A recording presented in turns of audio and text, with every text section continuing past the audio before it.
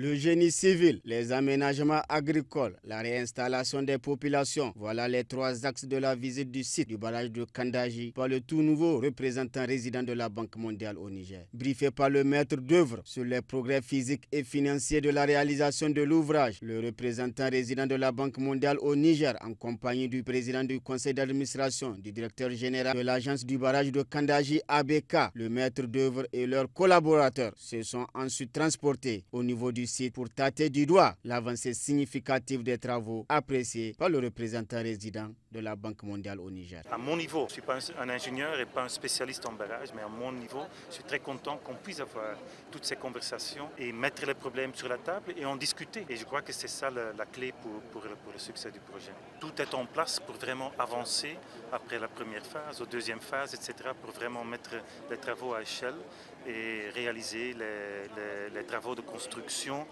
du barrage, aussi des centres électriques, etc. Convaincu de la réalisation de l'ouvrage dans les temps, il s'est projeté dans l'avenir. Il faut vraiment s'assurer que le gouvernement a en place l'équipe avec ABK qui a la capacité vraiment de gérer ça maintenant, mais aussi dans le futur. Après la construction, il y aura ce barrage à gérer dans le futur.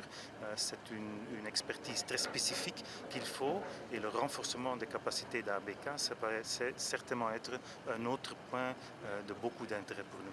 Des aménagements agricoles, à savoir 2000 hectares des travaux confortatifs supportés par la Banque mondiale, ont été effectués en vue d'améliorer les superficies et le rendement avec un fort impact positif sur les populations, comme nous l'explique le directeur général de l'agence du barrage de Kandaji. Les travaux dont vous parlez, c'est des travaux confortatifs. Et donc on a pu faire ces travaux, on les a confiés à ONAHA qui est en train de les exécuter. Nous sommes aujourd'hui à un taux d'exécution de 90%. ONAHA est presque, donc 90% c'est presque la fin de ces travaux-là. Et là, les travaux confortatifs là, ont permis de récupérer environ 100 hectares qui ont été réalisés. Et tout à l'heure, j'ai parlé de 7 tonnes à l'hectare. C'est justement ces travaux confortatifs qui ont permis de remonter et d'améliorer le rendement. Et donc, l'impact pour les populations, évidemment, c'est d'avoir des rendements qui sont meilleurs et puis pouvoir donc, en tout cas, atteindre les objectifs d'améliorer leurs conditions de vie.